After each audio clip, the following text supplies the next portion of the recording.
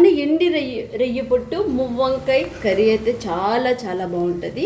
అన్నంలో కొంచెం వేసుకుంటే చాలు, అస్సలు వాటర్ కన్నా కుక్ చేశాను కదా. వీడియో నచ్చితే లైక్ చేసి సబ్స్క్రైబ్ చేయండి. మంచి నెక్స్ట్ సరుకు తిడుతూ మళ్ళీ కలుద్దాం. అంతవరకు మీ అందరికీ బాయ్ బాయ్. హాయ్ హలో, అందరు ఎలా ఉన్నారు? ముందుగా అందరికీ ధన్యవాదాలు. ఈరోజు మన కిచెన్లో సింపుల్ అండ్ టేస్టీగా మువ్వ వంకాయ అలాగే రొయ్య పొట్టు వేసుకొని కర్రీ చేసుకుంటే వేరే లెవెల్ అనమాట. నా మాటల్లో నేను చెప్పడం కదా. ఇక్కడ చూసారా, 30 kg మువ్వ వంకాయ అయితే తీసుకున్నాను. ఈ మువ్వ వంకాయ టేస్ట్ కూడా వేరే లెవెల్ ఉంటుంది. ఫస్ట్ ఇడ్లీ నేను సాల్ట్ వేసి 2 times కడిగాను మంచిగా. 4-3 సార్లు వంకాయల్ని బాగా కడుక్కోవాలి. నార్మల్ వాటర్తో 4-3 సార్లు కడుక్కొని 5వసారి కొంచెం ఉప్పు కానీ సాల్ట్ కానీ వాటర్లో వేసి మంచిగా క్లీన్ చేయండి. ఎందుకంటే దీనిపైన చాలా మందులు వేస్తారనమాట. అయితే దీన్ని ఎలా తయారు చేయాలో చూసేయండి. ఫస్ట్ పెద్ద పెద్ద తొడుములు ఉన్నాయి కదా, ఈ తొడాల్ని ఇట్లా కట్ చేసుకుందాం. కట్ చేసుకున్న తర్వాత ఇలా ఒకటిని ఇలా సెంటర్గా మళ్ళీ కూడా సెంటర్గా ఇట్లా కట్ చేసుకోవాలి. కట్ చేసుకొని వంకాయలన్నీ ఇట్లా కట్ చేసుకొని వాటర్లో వేసుకోవాలి. ఈ వంకాయలు చూసారా ఎంత బాగుంటాయంటే లోపల కూడా అస్సలకే గింజ అనేది ఉండదు, అంత బాగుంటుంది. చాలా నీట్ అండ్ క్లీన్గా ఉంటుంది. అందుకే దీని పేరు మువ్వంకాయ అంటారు. మనం తీసుకునే వంకాయలన్నీ కాస్తంత నీటిలో ఉప్పేసి వంకాయలన్నీ కట్ చేసుకొని ఇందులో వేసుకోవాలి.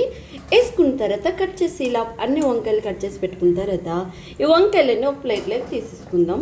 చూసారా, ఈ వాటర్ని మనం వంపేసుకోవాలి.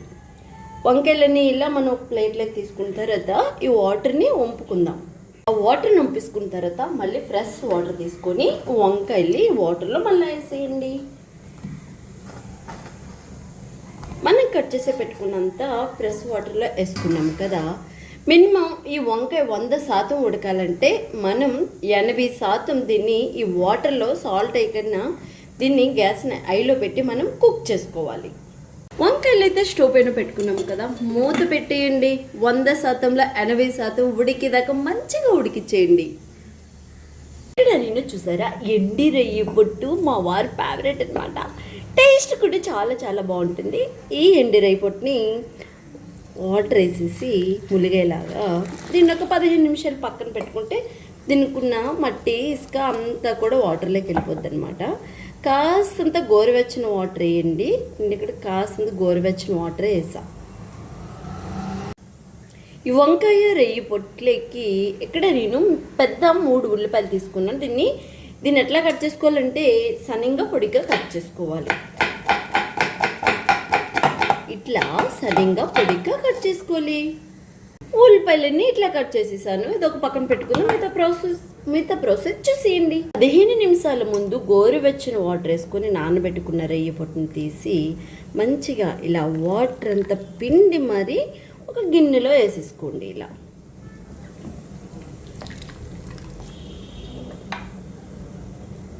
ఇలాగే నార్మల్ వాటర్ కూడా వేసి ఇంకొక 2-3 సార్లు కడిగేయండి. అప్పుడు ఏమి వేసుకున్నా మొత్తంగా పోతుంది అనమాట.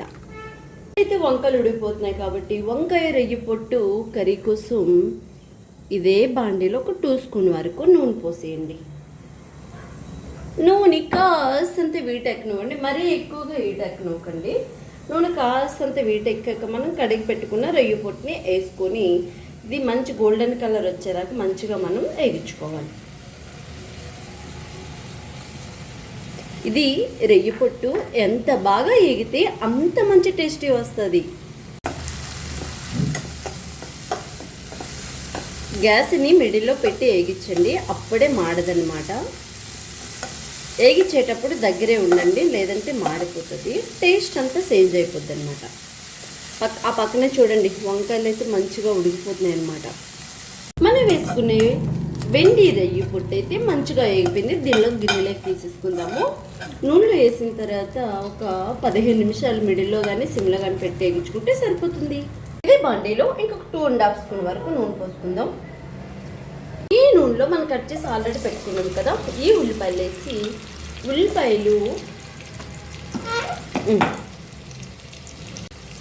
ఉల్లిపాయలు మంచి గోల్డెన్ కలర్ వచ్చేదాకా మంచిగా వేయించుకోవడమే. మన వంకాయలు 100%లో 80% వాటర్లో కుక్ చేసుకోవాలన్నాను కదా. ఇప్పుడైతే 60% ఆల్రెడీ ఉడికిపోయింది. ఈ వంకాయలో ఎంత వాటర్ ఉందో వంకాయలకి సరిపడిగా వాటర్ సరిపడగా సాల్ట్ ఇప్పుడే యాడ్ చేయండి. ఇంకొక 15 నిమిషాలు దీన్ని సాల్ట్ వేసాక ఉడికించుకుంటే సరిపోతుంది. మన వంకాయలు అయితే మంచిగా ఉడికిపోయాయి. దీని నుంచి వాటర్ డివైడ్ చేసేసుకుందాం. చిన్న టమోటాలు ఇలా 6 తీసుకున్నాను. ఇట్లా చిన్న చిన్న ముక్కలు మాదిరిగా కట్ చేసుకోవాలి. ఉల్లిపాయలు అయితే మంచిగా గోల్డెన్ కలర్కి వచ్చాయి కదా, మనం తీసుకున్న టమోటాలు కూడా ఇందులో వేసేసి ఈ టమోటా ఉల్లిపాయ మంచిగా గుజ్జు అయ్యేదాకా వేయించుకోవడమే. మనం తీసుకునే వంకాయలు ఇలా ఒక జాలీలో వేసేసుకోవాలి. వాటర్ అయితే అడిగి వెళ్ళిపోతుంది కదా, ఈ వాటర్ అస్సలు వేస్ట్ కాదు. దీంతో మనం రసం పెట్టుకోవచ్చు. పచ్చిమిరపకాయలు తీసుకొని దీన్ని 4 ముక్కలుగా చేసుకొని మనం కర్రీస్లో వేసుకోవడం. మన ఉల్లిపాయ టమోటా అయితే సాఫ్ట్గా అయిపోయాయి కదా, మనం ఉడికించుకున్న వంకాయలు కూడా ఇందులో వేసేసుకోవాలి. వేసుకున్న తర్వాత ఒక్కసారి అలా అలా కలిపేసుకుంది.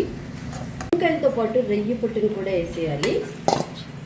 ఒక్కసారి అన్నీ వేసేసాక రొయ్య పొట్టు వంకాయలు వేసాక ఒకసారి కలిపేయండి మంచిగా. రొయ్య పొట్టు వంకాయలు వేసినమ్మడే రుచికి సరిపడే ఆల్రెడీ పచ్చిమిర్చి వేసాం కదా, మీరు ఎక్కువ తింటే ఎక్కువ వేసుకోండి, తక్కువ తింటే తక్కువ వేసుకోండి. ఇక్కడ నేను 3 స్పూన్స్ వరకు కారాన్ని వేసేసాను. అలాగే కాస్తంత పసుపుని కూడా వేసుకుందాము. ఒకసారి మళ్ళీ దీన్ని మనం కలిపేసుకుందాం. దీంట్లో అస్సలు వాటర్ వేయకూడదు. ఇప్పుడే అస్సలైన ప్రాసెస్ ఉందన్నమాట. చూసారా, మన మువ్వ వంకాయ ఎండి రొయ్య పొట్టు కూర అయితే గుమ్మగుమ్మలు ఆడిపోతుంది. ఎంతంటే ఎంత బాగుంటుంది అంటే అంత బాగుంటుంది. వంకాయ వేసుకుని అన్నం కలుపుకొని తింటే మటను చికెను ఏవి దీనికి సాట్ రాదనమాట. సింపుల్ ఇంగ్రీడియంట్స్తో ఎలా చేసేసానో చూసారా. హలో, నా మాటలో నేను చెప్పడం ఏంటి, ఒక్కసారి మీరు కూడా ఇలా ట్రై చేసి రాదు.